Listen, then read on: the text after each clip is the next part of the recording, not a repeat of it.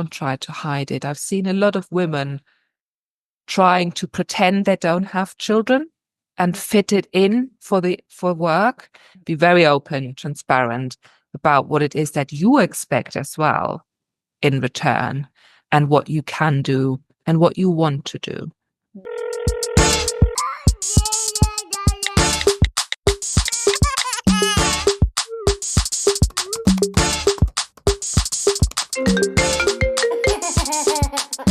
And it's a ticket talking Mazda for the biggest. That's a comma and a comma and a comma. Gotta get it. And it's a ticket talking Mazda for the biggest. That's a comma. Hi, Anna. Nice to see you again. Hi, Cerise. Good to see you too. It's so nice talking to somebody too in a similar time zone. You can do this during the day.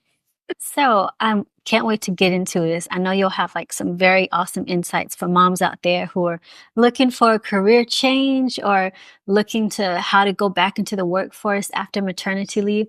So I would really love for you to start off by introducing yourself and tell us a little bit about your background and who you serve.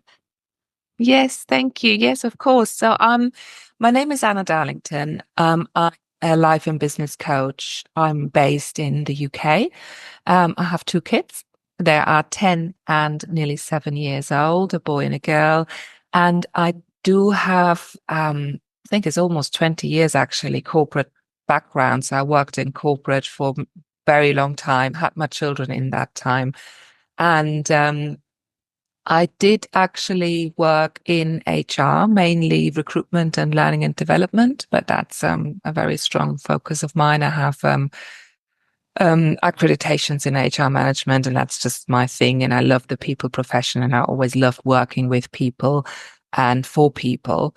And I have decided then a few years ago, because I also did a lot of coaching as part of my job. And a few years ago, I thought I really want to become a coach and work with mothers, particularly because throughout the years, I spoke with so many women, mothers who also really appreciated their work and their careers and their development, but also valued their family time. And there was always the same kind of storyline that I myself experienced as well. It's like, I have no headspace.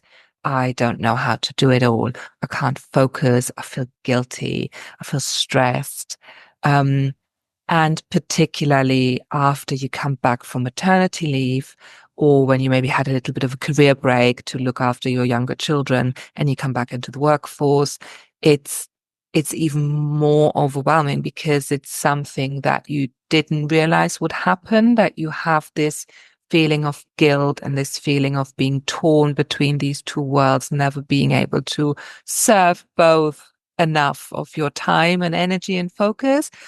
And many women I worked with in the past actually realized that the key was that they weren't spending a lot of time on themselves, like thinking about their own needs, thinking about what they want, trying to be everything for everyone all the time. And that's not very healthy. And that kind of gets you stuck and causes this massive overwhelm that we all feel in motherhood. So yeah, from there, I decided that I don't want to do my corporate job anymore. I want to actually set up a coaching business and serve mothers, help them to create that balance that they need, and also further their careers that are important to them while still enjoying motherhood and not feeling guilty, not resenting anything, not having this pressure and this stress all the time, but feel balanced and content and calm. So that's And possible. yeah. I feel like It is to a it's certain guilt. extent. It is to a certain extent. Yeah, surely. I, I did create the Happy Mum Project as like a program that's particularly focusing on all these aspects that we face, or all these problems, I should say, or pain points that we have in this as working mums, particularly. It's hard for mums that don't work as well. I mean, being a mother is a hard job, and it always will be. But I discovered that through my own work that I did on myself, but also the work that I did with other women, that actually you can make it easier for yourself if you just accept the fact that you're not perfect and you never will be.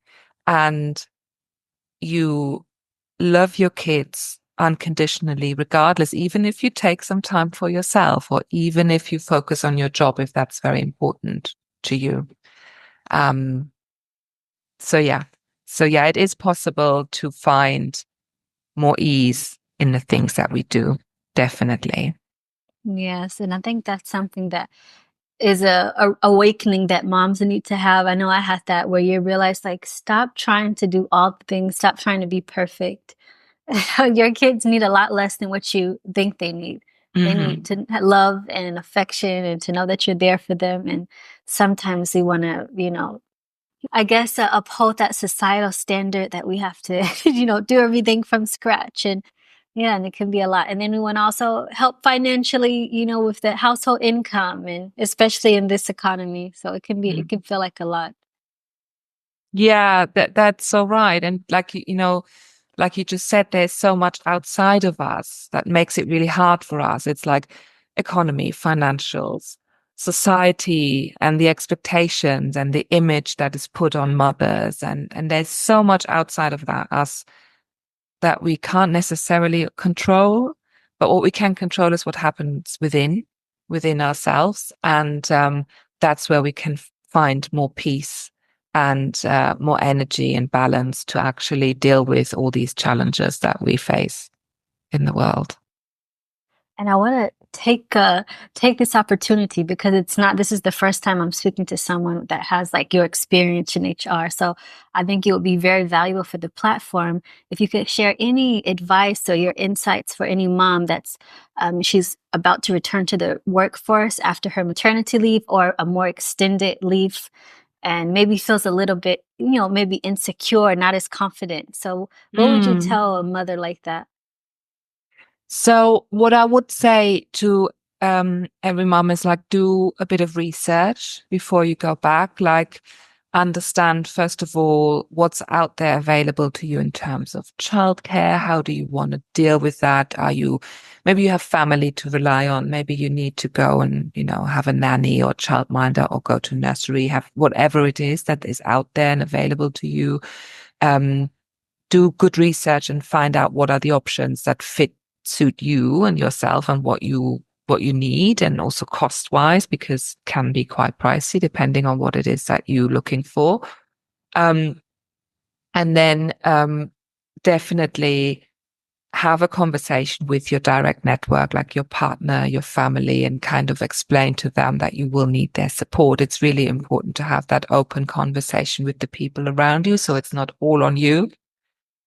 Um, kind of really finding schedules and routines that you can share so that it's not all on the mother. Um, and then another thing definitely to do is, depending on whether you go back to an employer that you already had or whether it's a completely new company that you maybe start working for, definitely speak to them and their HR and understand their internal policies. Like what kind of support do they provide to mothers and women returning from mat leave, because that varies, and not every employer is very good in being transparent about that, like what it is that they actually offer and the rights that they give their employees. And that comes to the next thing, is the whole legal aspect, because depending on what country you're in, there are different laws obviously in place. It's good to have a little research online as well. There are probably some official government websites or wherever where you could see these things to just kind of understand what are my rights as a mother, and what can I actually ask for. So just being a little bit prepared around that is a good start. So you for yourself know the facts. Um, and then obviously talk with your manager, your boss, have a clear understanding of what is it I'm actually coming into? What is the job? What's the responsibility? What's expected of me?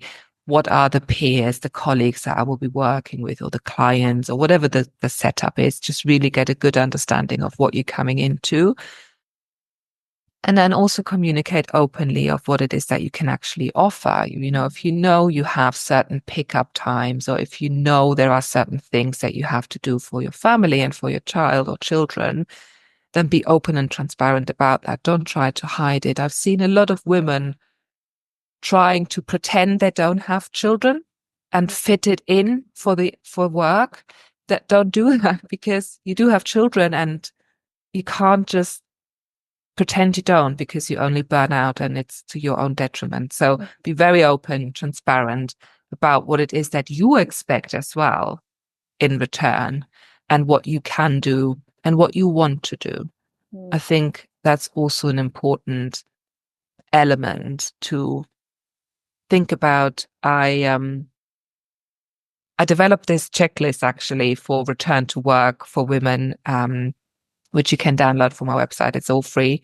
And it has a lot of these things that I just talked about on it as well. And a lot of like prompts to think about stuff, because everyone's life is unique and the circumstances are unique. So it's obviously there's no one fits all formula to how do you prepare yourself to go back. It's depending on what your life is like.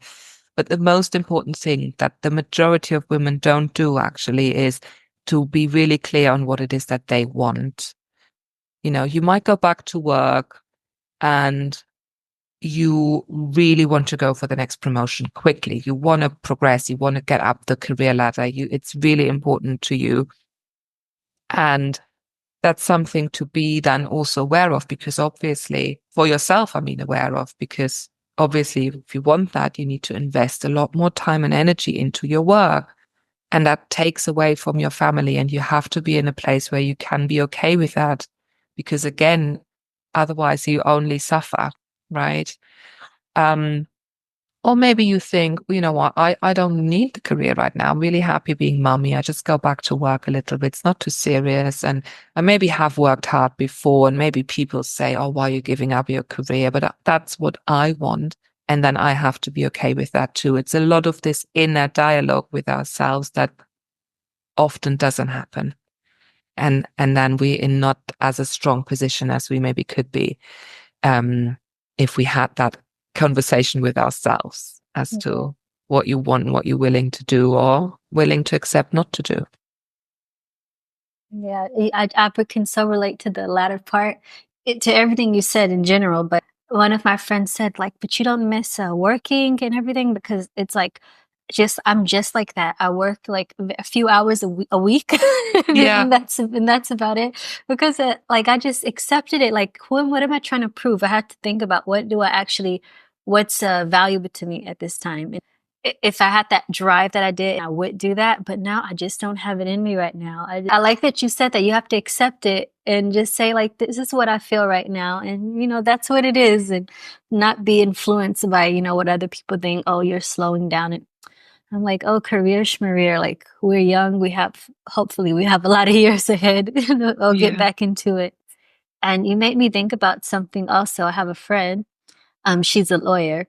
And when you said you have to be clear about what you want and what you can give to and that was something I think she didn't think about before she had a baby. So she was like, career and lawyer, and very like, that was a big part of her identity. And then when she came back from maternity leave, I think she didn't even think about how much her priorities changed.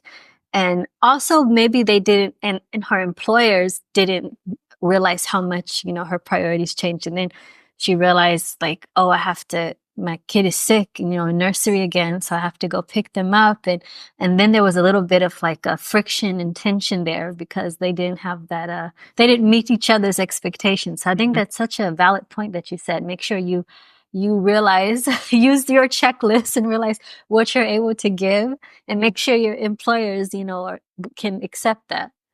Yeah. And it's really important to have that conversation with the employer, because I think so many, it's awkward. I'm not going to lie. It feels awkward because you think the expectation is that you just have to keep going as before.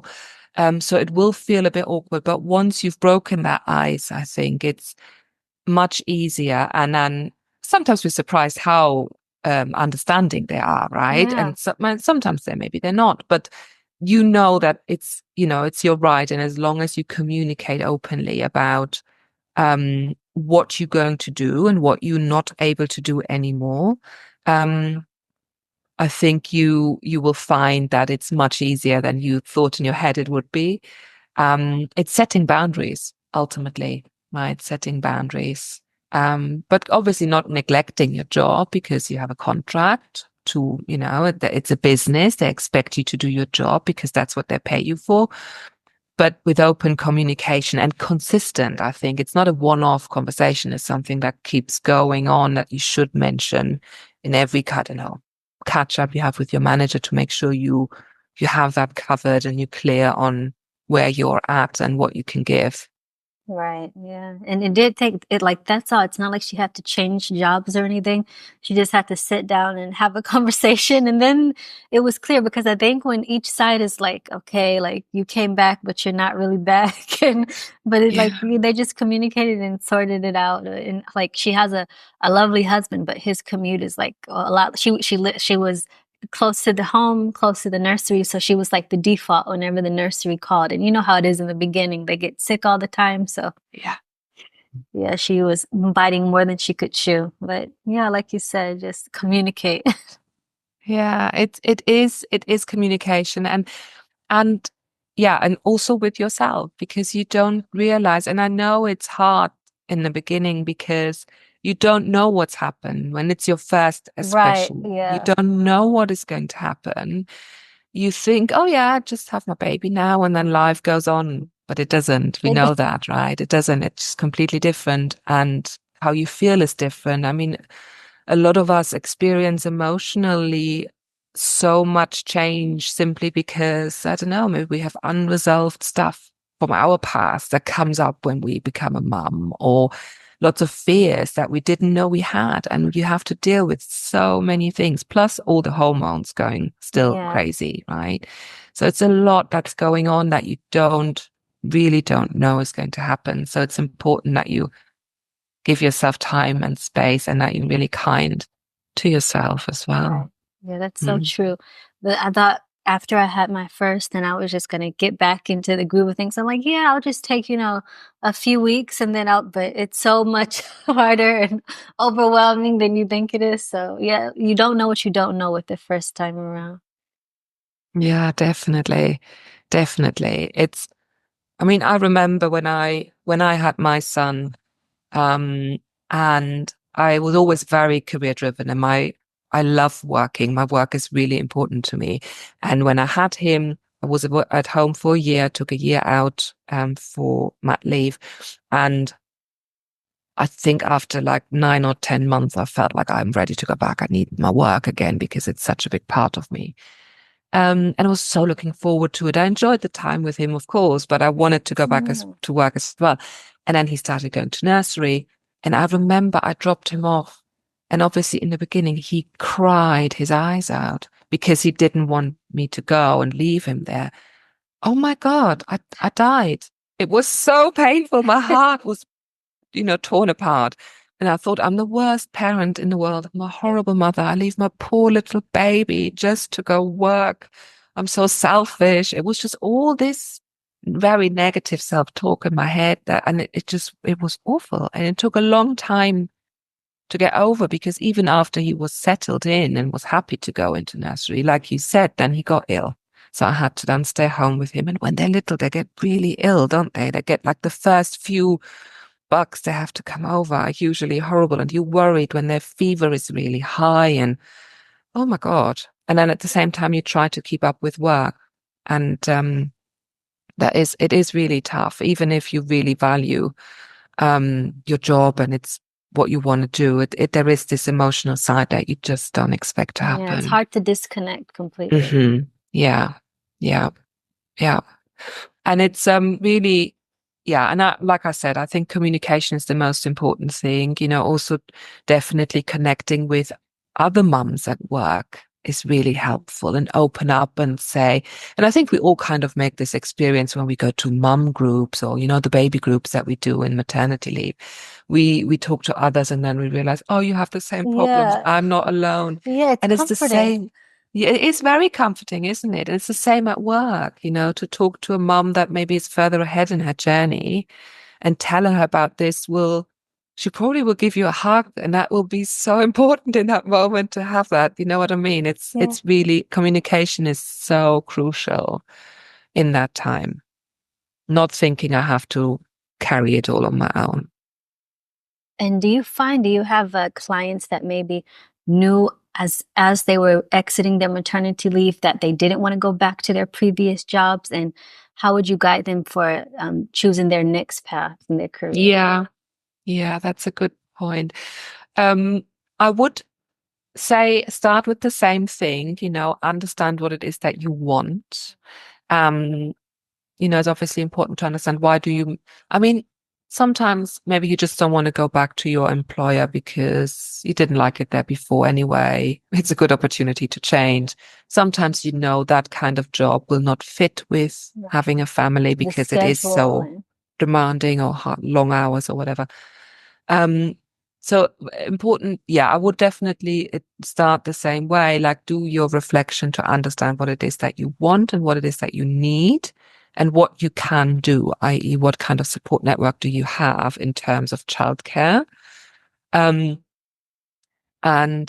be clear on that. And once you know that, it's then obviously also a good thing, and that's a very practical thing to do, to just research a little bit what certain companies offer in terms of support, because that's a difficult one. I mean, you can research what maternity packages they have, but you can't often research what the culture is afterwards.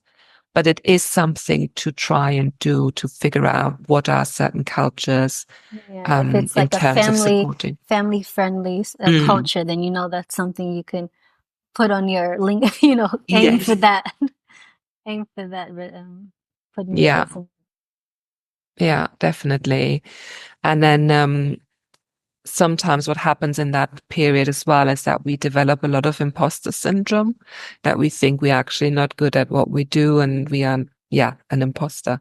And especially when we want to change companies, that can also be a big one. Or if we want to change kind of profession a little bit because it fits our new lifestyle better, it can get in the way as well. So there is often work that we would do if women that I work with around limiting beliefs and understanding your strength and what you have to offer, and getting that confidence back up, because that is often knocked down. Mm-hmm. That's something I hear a lot when going back into the workforce, especially if they've been out for a while.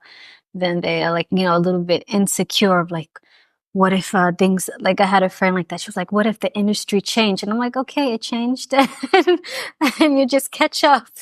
Yeah. Yeah.